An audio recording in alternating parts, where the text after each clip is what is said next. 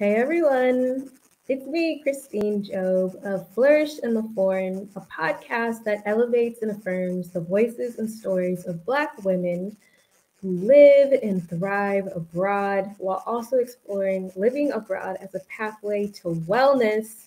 Hello, thank you so much for joining, either here live or on replay. I appreciate you. Now, if you're watching this, I appreciate you so much. You're watching on Facebook, YouTube, or Twitch. This is a different kind of platform for the podcast because here we really get into some really interesting live discussions with past podcast guests, experts, and we get to catch up with our past podcast guests, but we also get to learn some nitty gritty tips and tricks, how to thrive abroad because it is not about getting abroad, it's about thriving abroad. It doesn't make any sense to go abroad and endure and struggle and be sad. Doesn't make any sense. And that's what we're talking about, right? All right, so today we have a very special guest. Let me get my notes. Here we go. Today we have Miss Karla A. Fraser, who is a higher education professional, an international higher education consultant, an expat career strategist, a current expat, global educator, and entrepreneur. She is also the founder of Roseapple Global, LLC, an expat career coaching and higher education consulting company. Yes, we have her. And also, she was a past guest on Flourish in the Foreign episode, maybe 5 or 6, very early on. So if you have not checked out her episode of the podcast, what are you doing? Check it out at www.flourishintheforeign.com/episodes/Karla. Without further ado, I'm going to go ahead and bring Karla to the stage. Hey, Karla. Hello, Christine. How's it going? It's going great. As great as still living in the midst of a global pandemic can go. True. I hear you. I understand. So, like for people who may not know who you are, and again, if you do not know who Karla is, go ahead and listen to her episode on the podcast. Let's get into who you are because, I remember I came across you to even ask you to be on the podcast through one of the articles you had written on LinkedIn, which were really, really fascinating, really nuanced. I was like, this woman clearly has been abroad and knows what she's talking about. So let's get into like a brief overview of how you went abroad, why you went abroad, and what has been your experience in general abroad. Sure. So I went abroad in 2007 for the first time, and it's via my career. So I tell people all the time my thing abroad is taking my career abroad. I went from being in higher ed residence life to higher ed residence life in the UAE in 2007.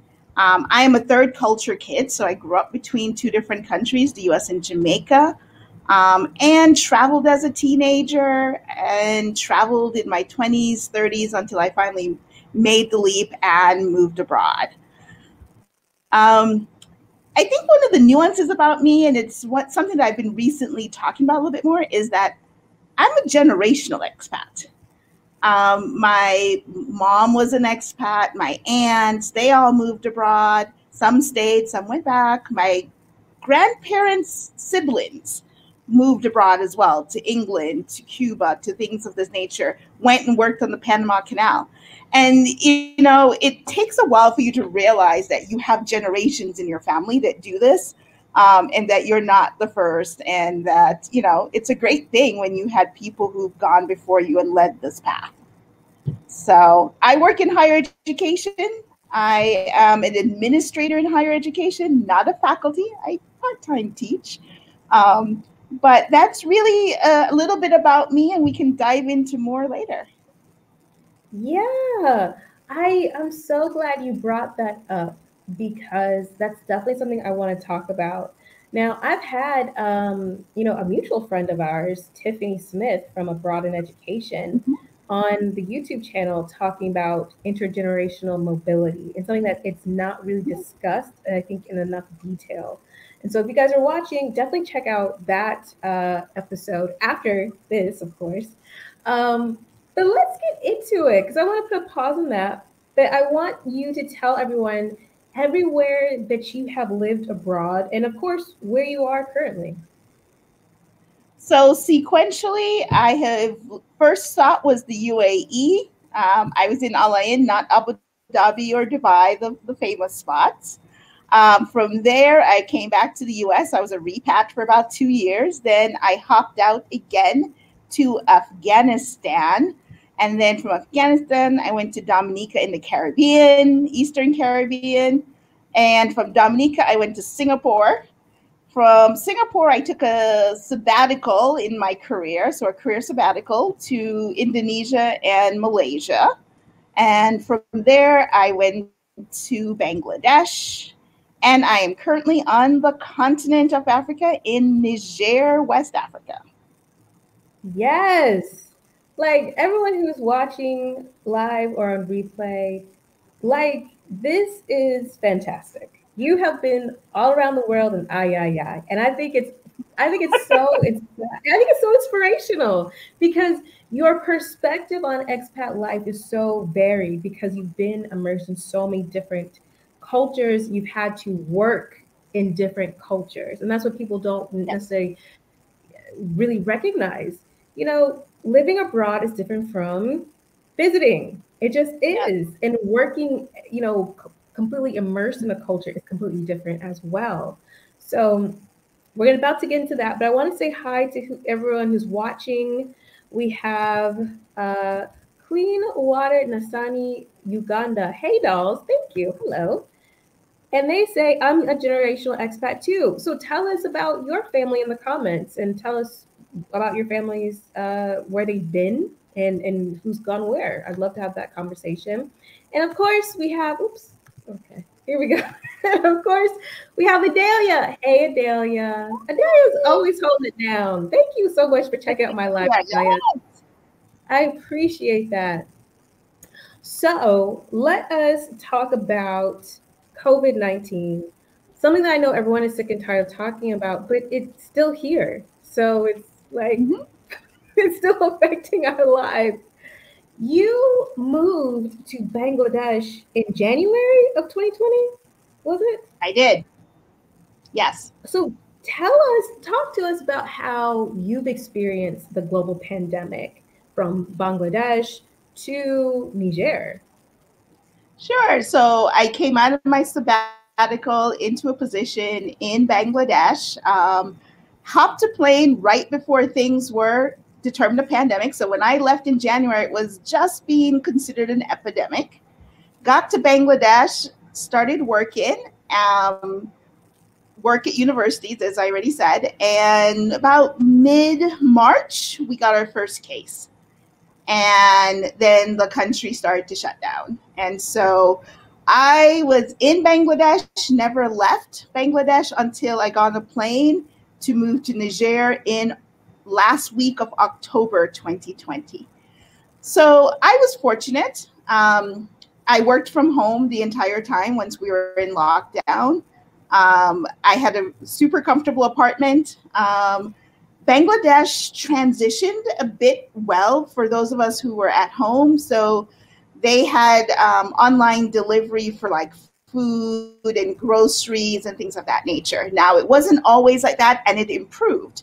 So there used to be food delivery, and the particular app for food delivery actually started to expand into grocery delivery. So I got my local fruits, vegetables from a local market that jumped onto the food app.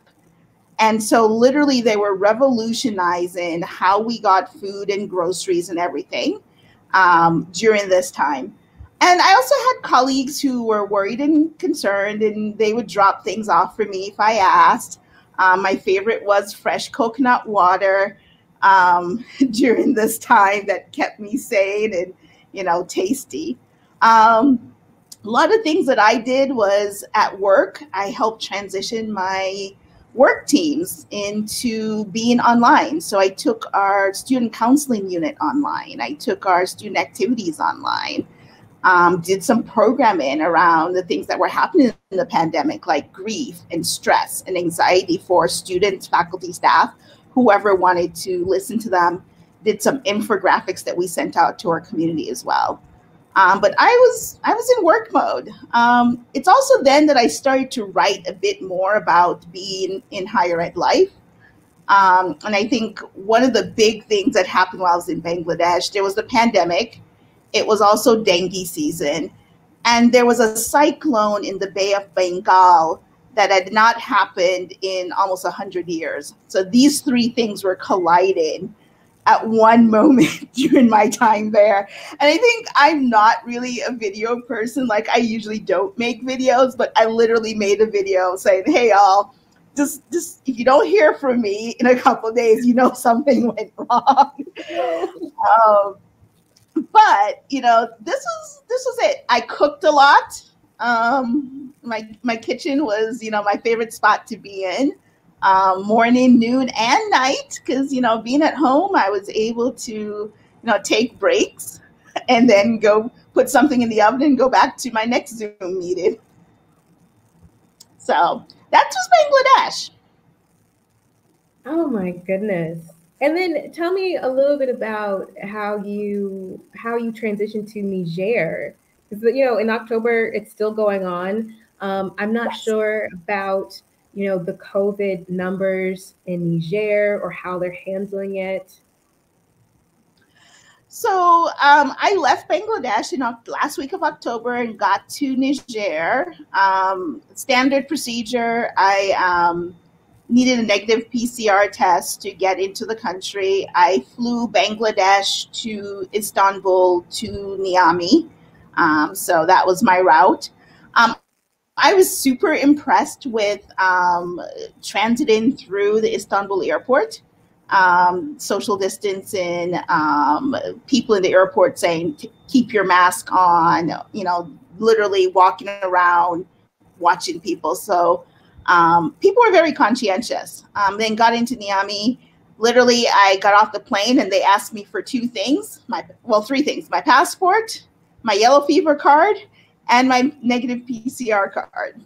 And so I got here, and the country was not in lockdown when I got here.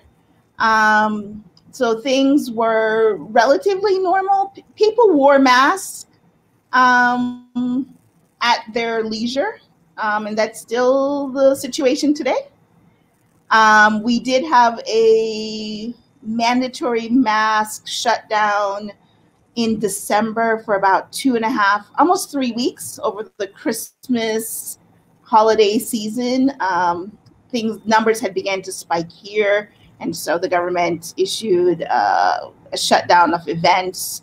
Restaurants needed to limit their numbers and things of that nature, which actually ran into Christmas dinners and New Year's Eve events as well. And so some of those did not happen.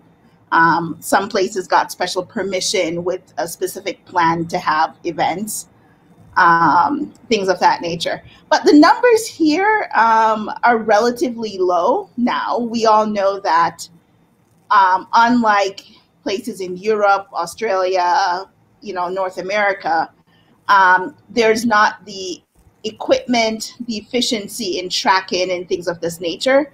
The country doesn't have it. Niger is consistently ranked on whether it's the World Bank or the IMF or the UN indexes as being one of the poorest countries in the world. And so that means resources are not available for, you know, things of this nature. So the healthcare system does not have the capacity to manage this. And there's a partial cultural philosophy here that when a person dies, it's their will, it's the will of God. This is an Islamic country, and it is their time to pass on. And so whether that's from COVID or that is from something else, that's kind of a somewhat sentiment here. It's still sad, but that is kind of the thing. Also take into context that the average mask and hand sanitizer costs more than what some people make in a day. Wow. Wow. That is really, really fascinating. And also, okay, so this is a really good segue because I want us to really get into, how to have a career in international higher education, how to go about that. But I think one of the things that people need to think about is work culture and is the culture and the community that they're going to be moving into and working and servicing. I think there is a reputation in international higher ed or international education that, you're just going to go and ball out of control, just go out there and ball out of control. And it's going to be like this, life of luxury, and it could be, but also there may be a discrepancy between your life and the community at large's life as well. And I'm wondering Yes. if you can speak to, you know, maybe your experiences, with all the countries that you've worked in, work cultures, community cultures, and any discrepancies that maybe need to be highlighted or stood out to you. Sure. I would say that if you're going to places like the UAE or Singapore, then yes, there's a high luxury life in the undercurrent of living in those two countries. Both countries are relatively expensive to live in, but they also give you lots of perks and privileges. Both countries are hubs for travel within their regions. And so, yes, you can live a slightly lavish life if you want, or you can also spend, you have a lot more disposable income, so you can save, invest more, do some of those things that are important to living and working abroad and planning for your future, like retirement or more self-care or whatever that may be for you. Places like Dominica, Bangladesh are in the middle of the road. You can have a very good job there that pays you reasonably well, and you have some perks and privileges. Dominica, for me, I had the beaches and fresh fruits, vegetables, and fish that was literally plucked out of the sea and cleaned and given to me, and I can take home and cook. Wellness like that you don't get very often. Everything is processed, frozen, and shipped in. Um, then I have Afghanistan and Niger, which are at the other end of the totem pole. And Afghanistan, we all know, is a country that has been at war for many years, and they're still trying to figure out a peace deal. Niger is unknown, unrecognized, one of the poorest countries, GNP wise in the world. And so, you put those two together, life is very different and can be challenging, but yet rewarding. Work cultures in all of these places vary. When you live in Islamic countries like the UAE, Bangladesh, Niger, and Afghanistan, you need to fall within some of those practices. They go from one extreme to another. In Afghanistan, I had to cover fully, head to toe. I had to wear a hijab, a headscarf, closed down to my ankles, closed down to my wrists. In the UAE, when I lived there, which was almost 14 years now, it was a bit more conservative than it is now. So I literally, everything had to be down to my elbows and things of that nature. People were very friendly at work, very welcoming, but you're a foreigner, and sometimes they look at you and they say, yeah, great, whatever you change, we'll change back after you leave. And you roll with it. You learn that that's just some things that happen. Singapore is high intense, high impact. Um, you know, the movie about Singapore, many of us have seen it, Crazy Rich Asians, has a lot of truth in it. Also has some things that are over exaggerated, as we know in many movies. But it is a high impact, high intensity environment. And the work culture is, there's lots of expectations, there's lots of socialization that happens.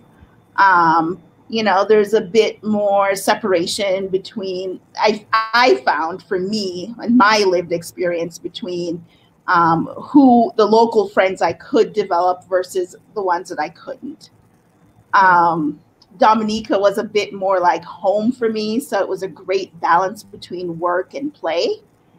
But I think the work culture is also about the institution that you're working for, and what that institution's mission, vision, direction is.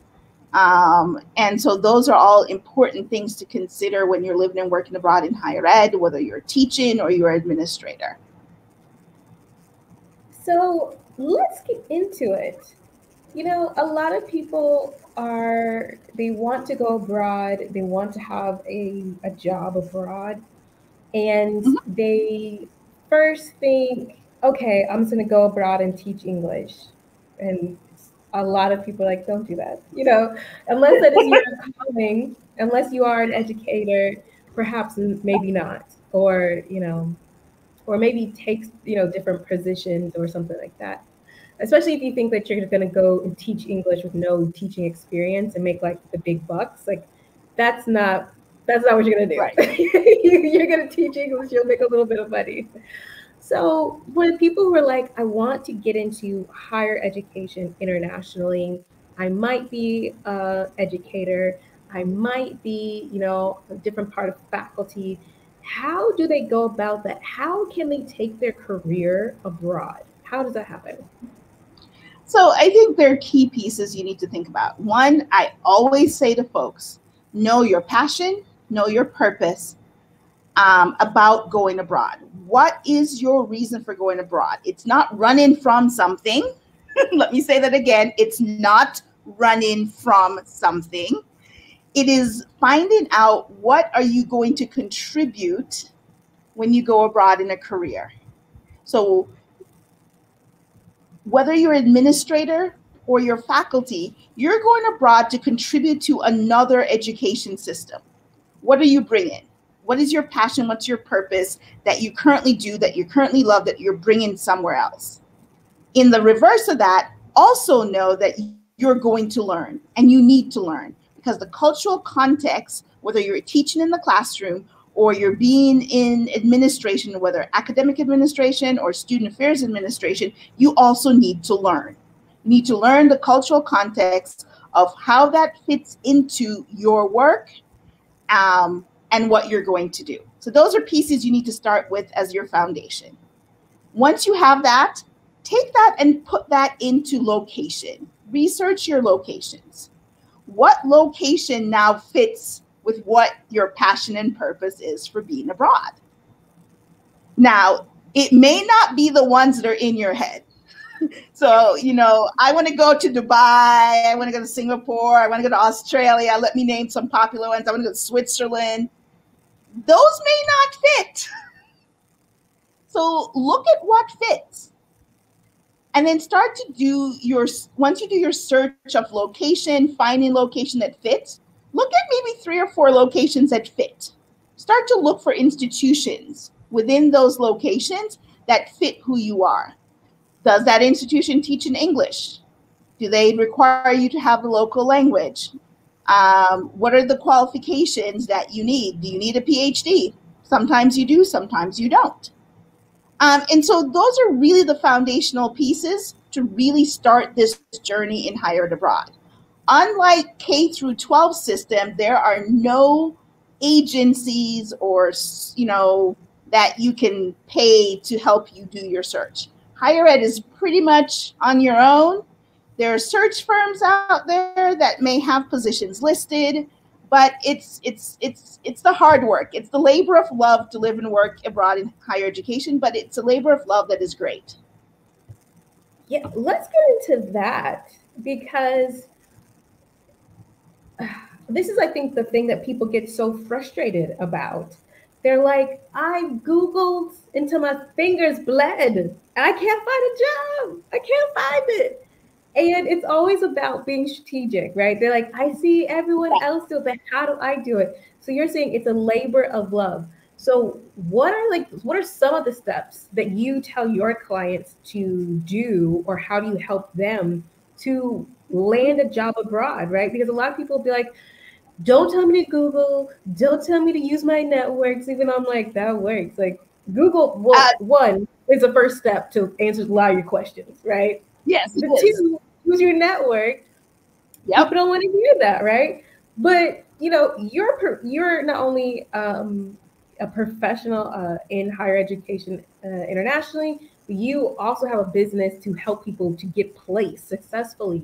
So, what are some of the things you can give to the audience if they're like, but how do I do it? Besides, you guys should just pay her and pay professionals. Because I don't know why y'all complain on Facebook. Don't complain on Facebook. Just pay someone to help you, and then you would just do whatever you want to do. That's my 2 cents. But because you know what, let me step on the soapbox one time.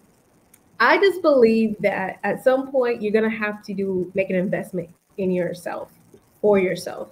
If you have a timeline when you want to go abroad, and if you have very specific specifications, you need to go ahead and hire a professional.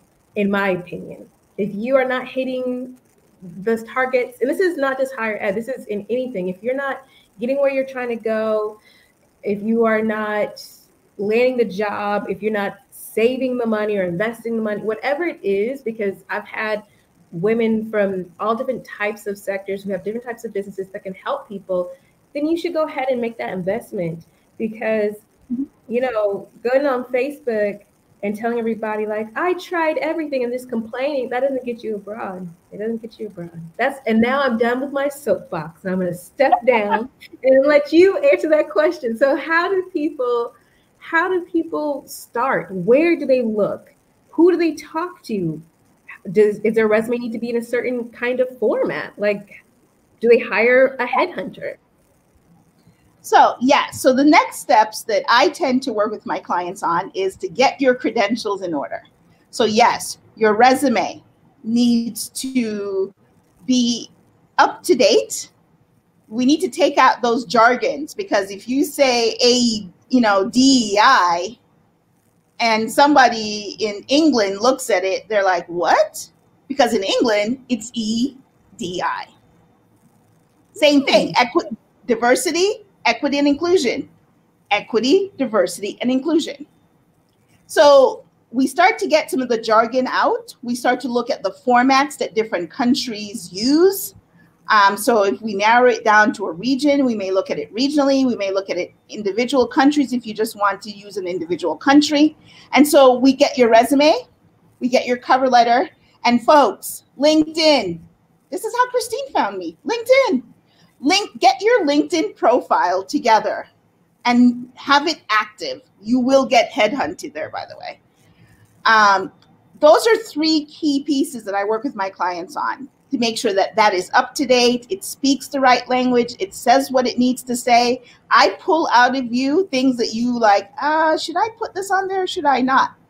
Why do you have a certificate and it's not on your resume? It's not on your LinkedIn? Your credentials need to be there, folks. So that's the key piece about your documentation. Make sure you have good references, and references that can speak to the fact that you want to move abroad.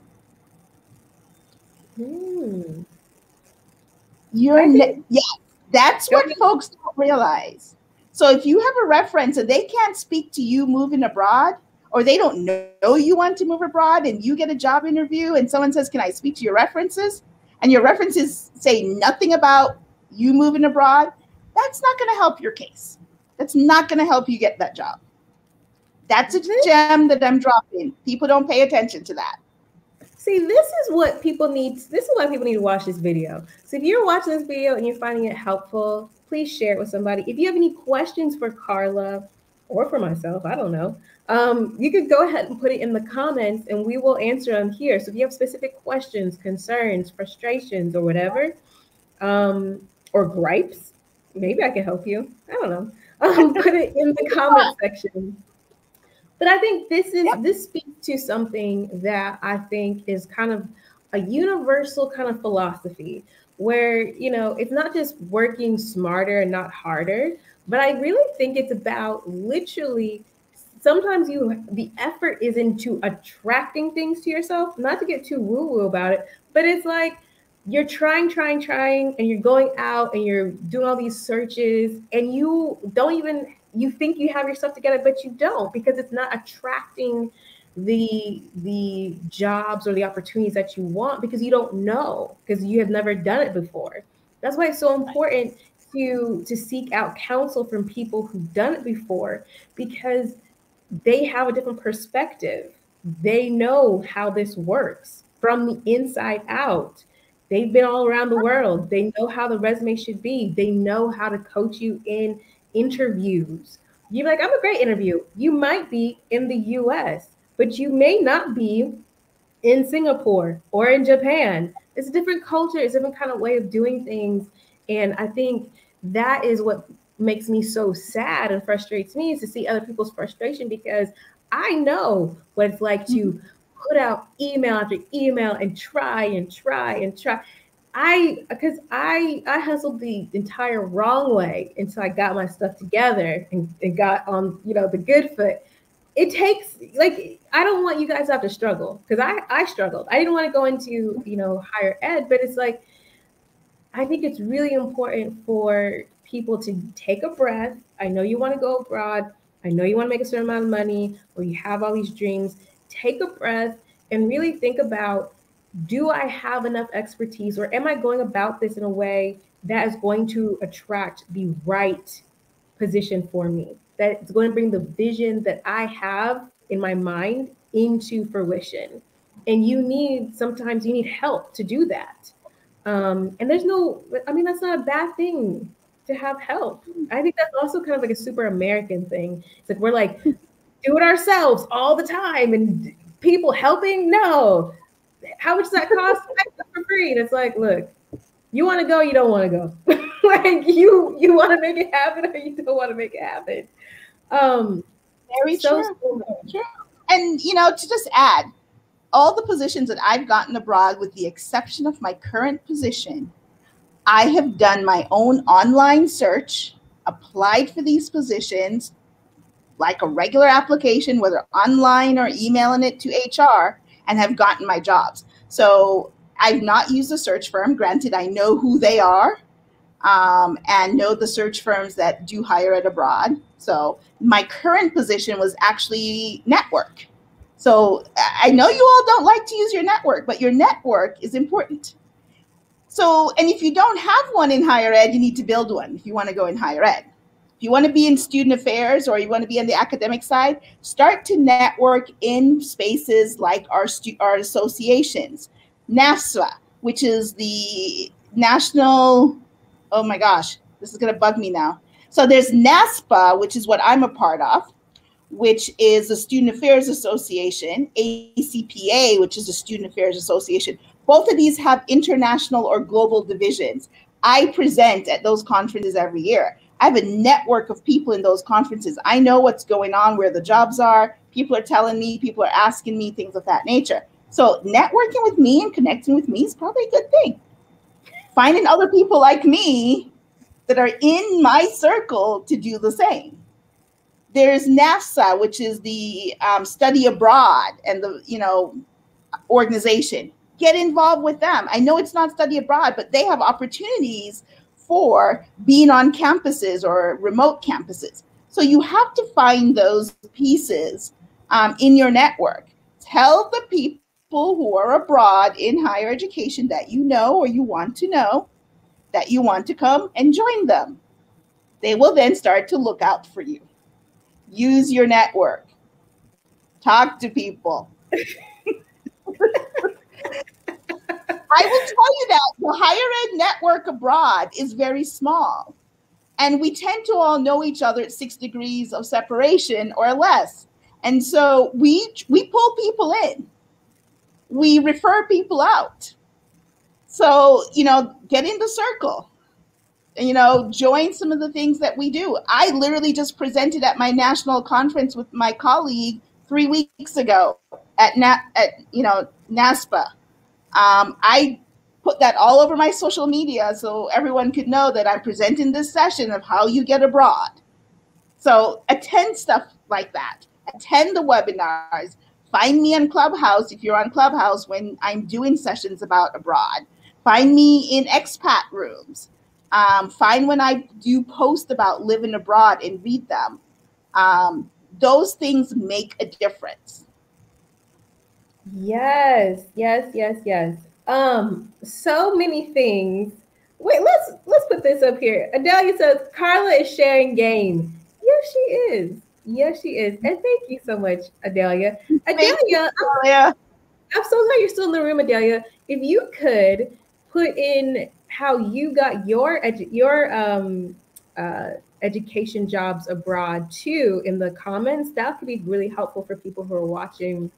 If you feel comfortable, you don't have to.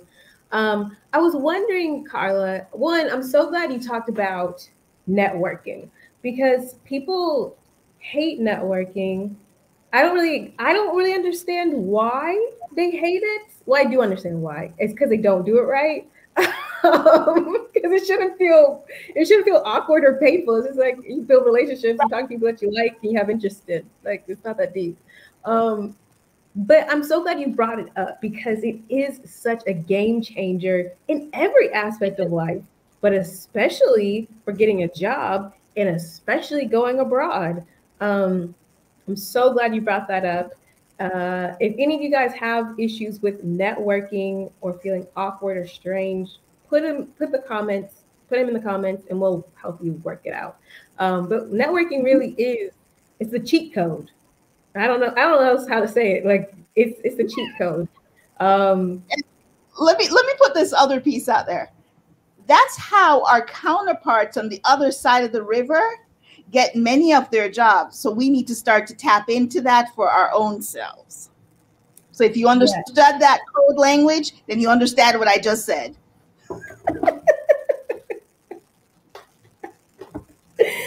I love that. What do we have? Dahlia, thank you so much for responding, Adelia. I appreciate you. She says, I attended international job fair for my first job and I use search firms, but people are sleeping on LinkedIn.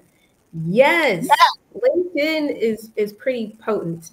Let us talk about two of the things that Adelia just brought up.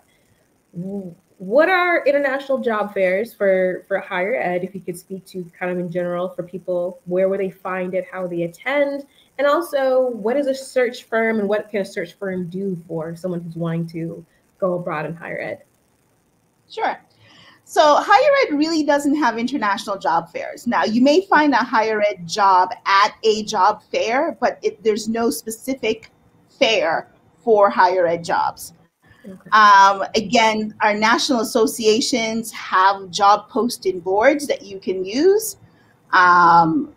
The LinkedIn is a great place. Let me say that again. LinkedIn is a great place for finding higher ed jobs abroad. Higheredjobs.com has an international section for finding higher ed jobs abroad. The Chronicle of Higher Ed, which most people in higher education read in some capacity. Articles drop all the time, news. They have a job section. Folks tend to post things there too. One of the tips, key tip, if you have a specific university that you like, that you say, I want to go work there, get on their mailing list.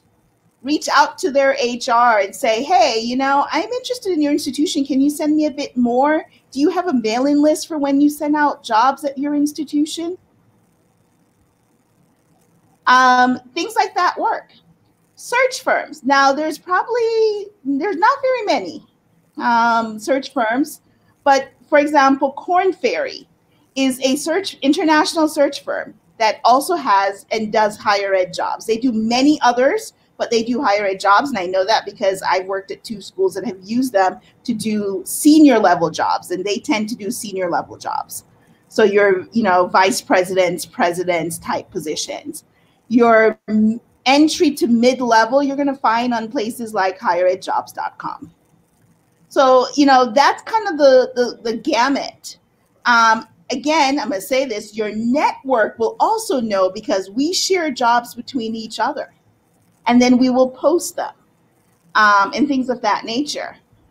So, when you see somebody leave one position at one institution abroad, realize that position may be open hint, hint, and that's something you can go after.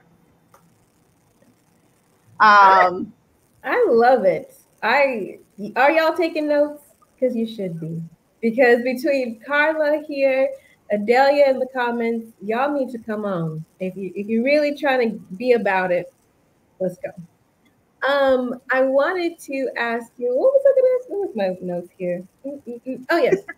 Um, what are some of the common mistakes you see people do?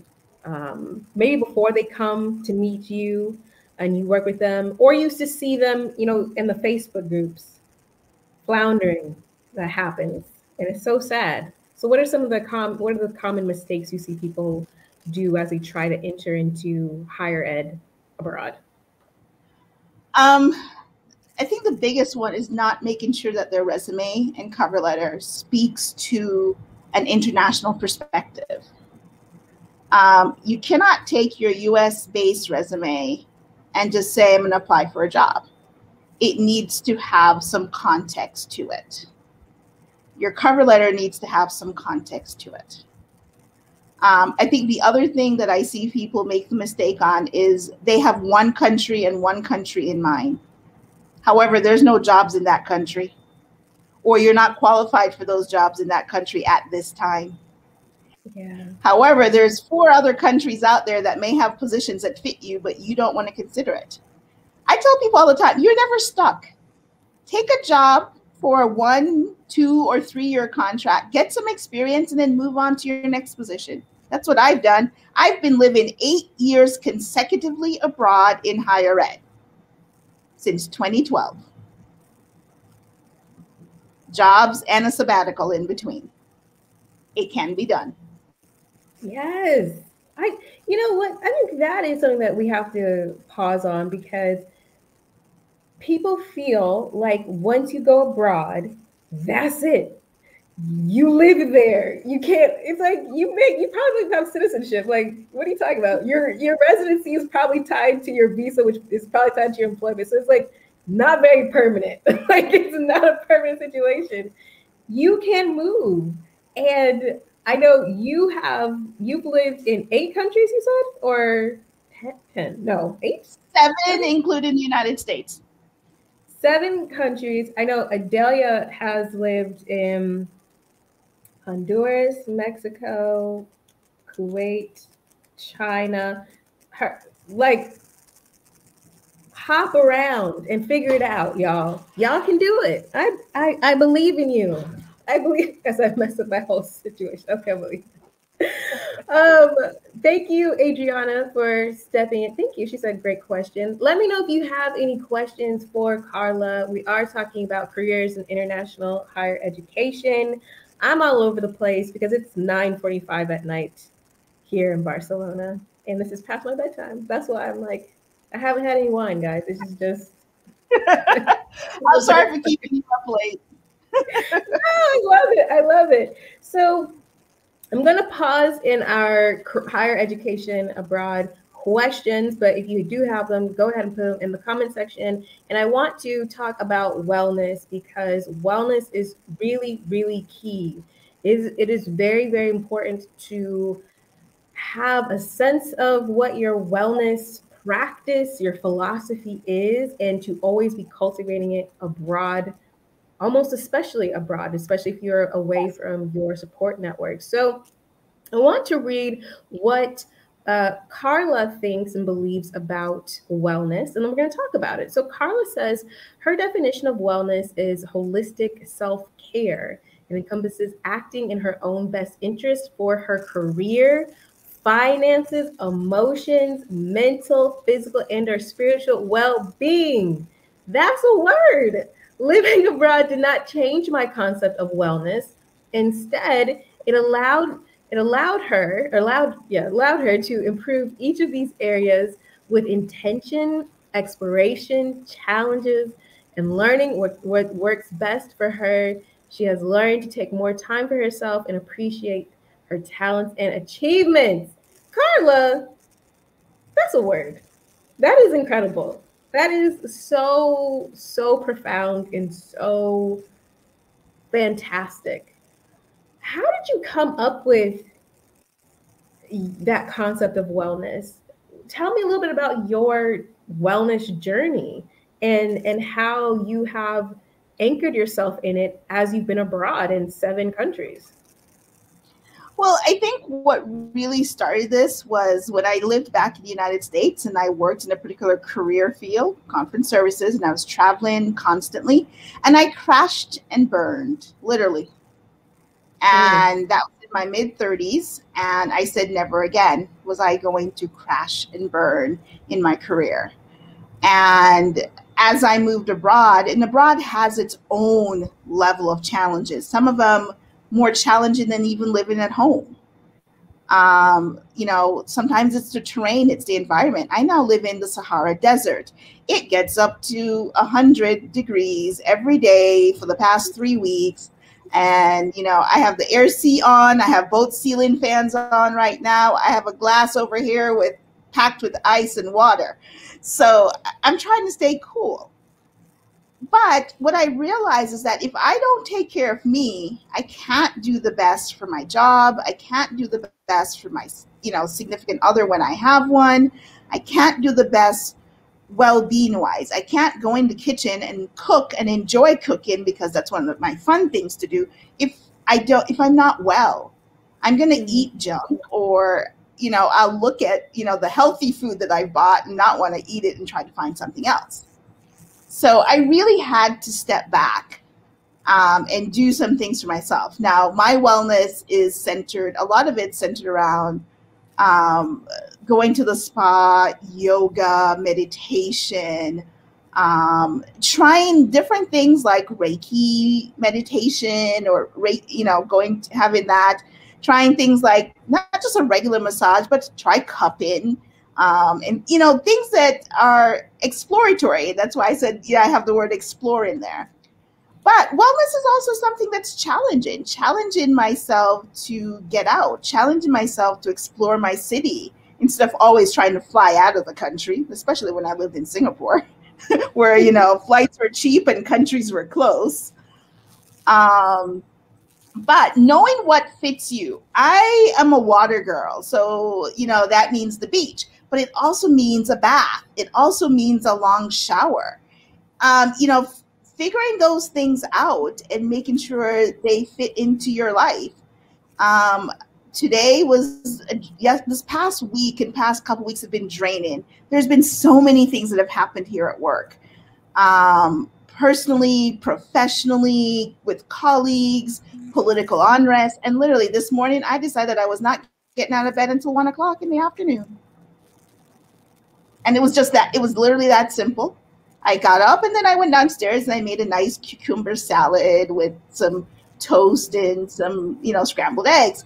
But what do you do for yourself that matters is what I'm going to challenge anyone who's listening to this. When you're abroad, you're going to have to double that because you're going to miss family. You're going to be homesick. You are going to miss holidays, birthdays, weddings, funerals, and we can go down the list. Your best friend's baby being born. Depending on where you are, you won't be able to get on a plane. So one of the questions I ask my clients that they don't often think about is, what sacrifices are you willing to make when you move abroad? And that's a significant question. You need to answer that question for yourself because you will be making some sacrifices. You will gain lots of things. Maybe disposable income, more freedom, more flexibility. Maybe you can go to the gym more times than you want to, but there are other things that are not. I say to folks, I said, the Doritos you get in the United States and the Doritos you may get in Australia do not taste the same. That's true. And so, if you love Doritos, you're going to have to adjust your taste buds or figure out if you can get them shipped in at whatever expense you want to pay. And with COVID, a lot of us are used to people coming and going and bringing your favorite things, and you've been locked out. No favorite thing, no one coming, no one bringing you something. You got to learn a new way to cope, Exactly. Try those fruits and vegetables you've never tried before that you look at when you went to the market and said, what? No. You've never had mango? Time to try mango. That's a nice fruit for you to try. Yes. If you haven't You had know, mango, go ahead and do that because mango you is know, the best. It comes you with so many you go. varieties. I know. You like guava? That stuff doesn't look right. It's pink or it's white on the inside. Time to try that. Those greens, what kind of greens are those? Those are not collards. They're not mustard. What are they? Try them. Cook them the same way. Or ask a local how they're cooked and try them. You're going to have to adjust. There are foods that you will not get in your local places. And so that part of your wellness is adjusting. It helps you Oh, settle in. that is a word because resistance is futile. Okay, resistance is futile. You will make yourself. That is Star Trek. That is the board. Now, when you went there, You sorry, I'm have Trekkie. to, but I gotta say it because this is what we mean when people say, visiting abroad is different from living abroad. Visiting abroad, you can resist. Even if you like, I was there for 3 months, but you weren't living. You didn't go through any immigration process. You weren't working, or you weren't working legally or whatever. Talk about processes. We can talk about when I lived in Singapore, I wanted some cornbread. I had to go to 7 grocery stores before I could find the right kind of cornmeal to make Mm. cornbread. So are you willing to do that, or are you willing to just say, I give up? So your Or wellness depends comfort food, because we all have our comfort foods that we love, and sometimes it's all that matters to us as part of your wellness. exactly. You got to decide, when you're packing and you only have that certain weight limit. So it's like, are you going to put some boxes of Jiffy in or are you just going to do without? Like, you got to decide. You True. have to decide. And what I love that you mentioned in your wellness definition is, I don't want to mess it up. You said, it encompasses acting in my own best interest. And I feel like this is something, and I will just say this as a broad brush blanket statement. Fight me, I don't know. But I feel like this is something that as Black women, and I'm sure other people feel this way too, but I feel like as Black women, this is something that sometimes is really, really hard Mm-hmm. to do, is to act in our own best self-interest because of conditioning to put other people before us, regardless if you were married or partnered or children or whatever, even in career. It is that notion of putting someone else's interest before your own and recognizing that for wellness anywhere, but maybe most especially when you're abroad, you have got to be tapped into yourself. You must know who you are so much to your core and who you want to be so that you can actually act in ways that are in alignment with your best self-interest. Because like you said, you have that burnout before. People burn out abroad because they're doing things that are not in their best self-interest. Yeah, it's true. Very, very true. And I've been called selfish or inconsiderate for acting in my own self-interest. Whether that's, changing careers, whether that's changing jobs, changing locations, whether that was my divorce, whether that was getting on a plane for the weekend and going to the beach. Yeah, I and I look at it and said, this is me. There's only one of me. And if I don't take care of me, if I don't do what's in my best interest, no one else is going to, nor can I give anyone else anything if I'm not taking care of me and my self-interest. And so that's really how I came to that. Now, is it hard? Yes. Do I do it 99% of the time? No, sometimes it doesn't always get done as well as I'd like to it, but I really try to work hard at doing that all the time. I think what's so interesting about living abroad and why I tell people, my personal philosophy is that living abroad can be a pathway to wellness. But it is always in that space of dissonance and contrast, that is where the clues to our wellness lies, in my opinion, because it's in that situation in which you're not on automatic, you cannot be a zombie, that all of a sudden you're presented with choices. You are now forced to be awake to your life and be an active participant. Then you start realizing, how do I feel? Like, how do I really feel about things? Am I feeling negatively towards this because it's unfamiliar, or because I don't want it or I don't like it? If it's unfamiliar, if it's just because it's not familiar, then perhaps I should give it a chance. And then if I feel guilty about going to the beach while everyone else, you know, lives landlocked, like that is an interesting conversation to start having with yourself about where is what is the best thing for you, right? Sometimes by living abroad, I live close to the beach. I go to the beach every day. I walk by the beach, I hang out at the beach, I feel tired, I go outside. And there are still times where I'm like, why are you at the beach? You should be working. You should do this. It's like, what? It's a very strange thing to have to unprogram. And so Yeah. I think Unlearn. that's the thing. And I feel like going abroad has the opportunity, can give you the opportunity either to make you soar in your wellness or to completely collapse you, because it's such a heightened situation of awareness. Not that the situation will be so crazy, but it forces you to really be present in your life and to examine yourself and say, what is it that I want? And to be truthful and to act in accordance or not. And living abroad and faking the funk, I don't feel like it works. It didn't work for me, but I don't, because there's too many things that are crazy. Like there's too many things that are strange and different. No matter how many years you live abroad, you're just like, look, I'm not doing that. I'm doing this. Like that's just what it has to be. Right. I think the other part of this wellness journey that I've really learned more so abroad than anything else is to celebrate my achievements, to celebrate me, to celebrate time for me. And so I can't remember when I started this, but I always take my birthday off. It is a national and public holiday in my life. But living abroad, and since I've been living abroad, it becomes a week.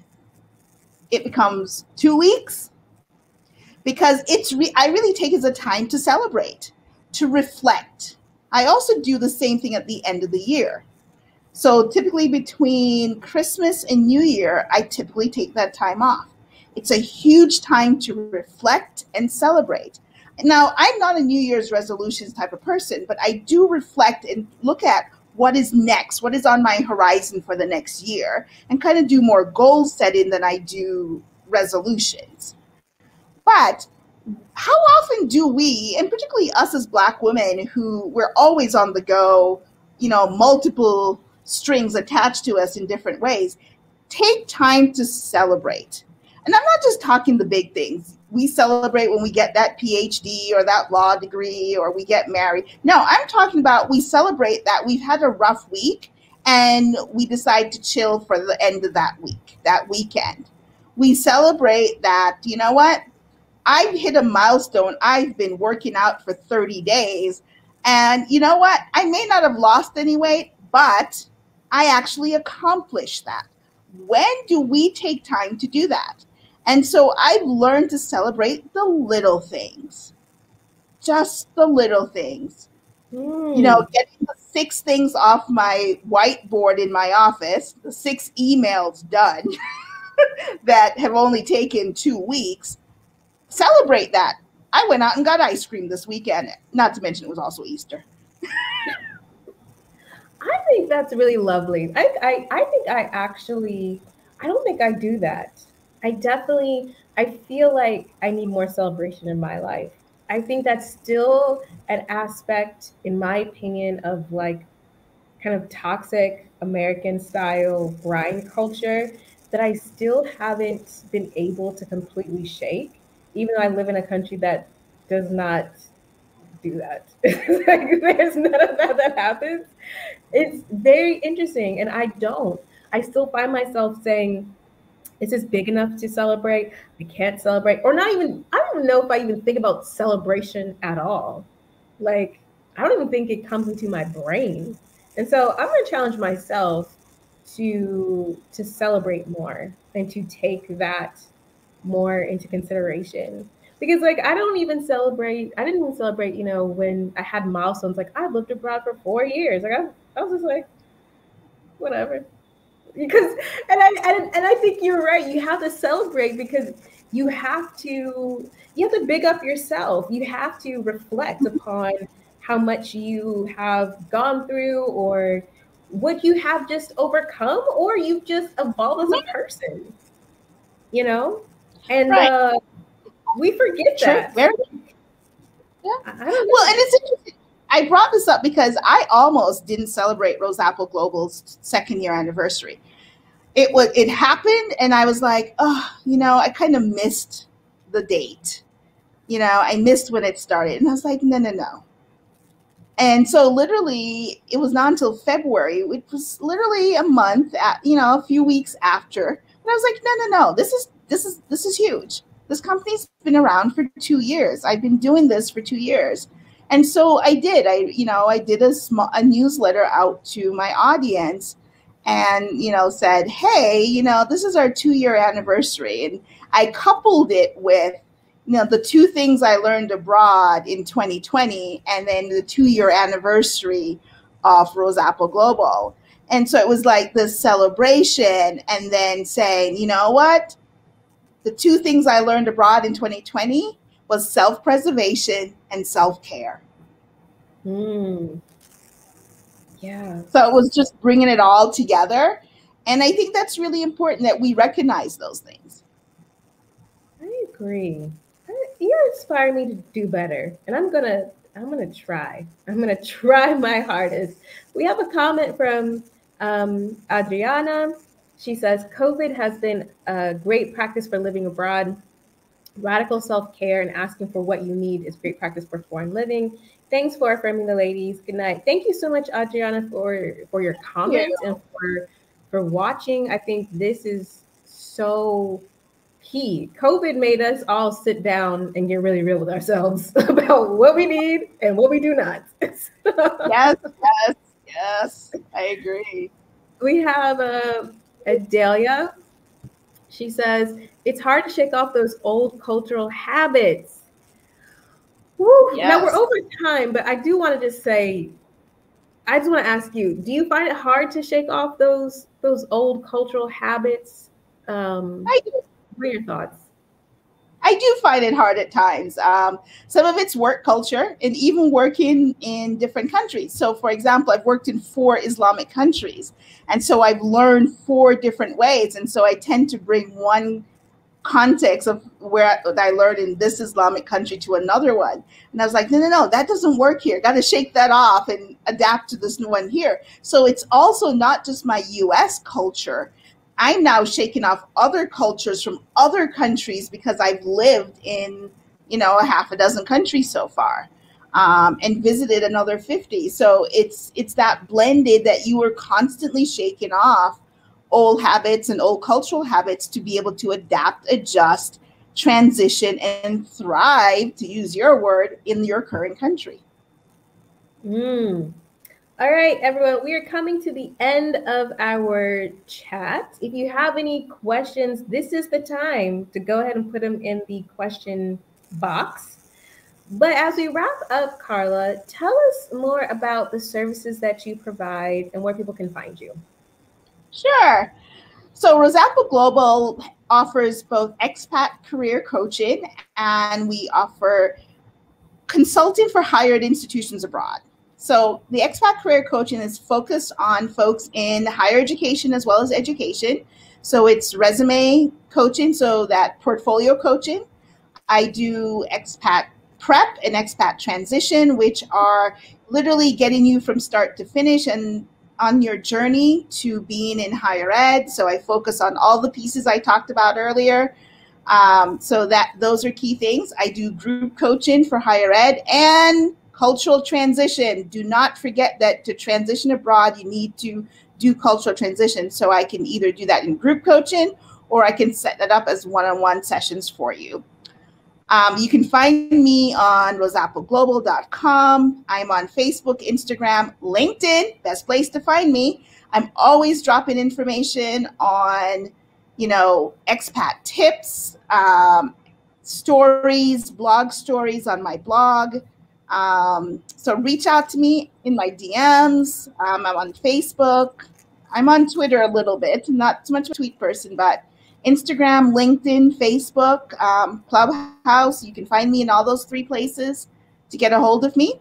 On the consulting side, if you're an international higher ed institution abroad, if you're an institution abroad that you're in a startup culture, you want to transform your student affairs from digital, you want to increase your productivity in student affairs, policy management, policy development, I do all that. I'm currently at a startup university in Niger, so I'm literally building policies, procedures, and doing all that for this brand new institution here. So I can help you do those things as well. I'm always happy to talk with Christine. I also write and share on the Black Expat. So you can find some of my articles there as well, in addition to my own space. Yes, if you guys didn't know, Karla's an expert. She knows what she's talking about. So I want you all right now, while you are watching this, click onto the next tab and go ahead and add Karla on LinkedIn, because she already told y'all that's where you need to be for networking. So just go ahead and add her, Karla Fraser, Roseapple Global, and go ahead and add her and start tapping into your LinkedIn network. Excuse me, and start cultivating your network, because your network really does equal your net worth. It really does, because a lot of opportunities come straight from people who are like, hey, so and so thought you would be a good fit. You would be a good fit, and that is the best. That is the best. That's the best to reap those rewards and harvest from just cultivating and nurturing relationships. That's why I don't understand people don't like networking. It's just relationships. It's cultivating relationships. It's true.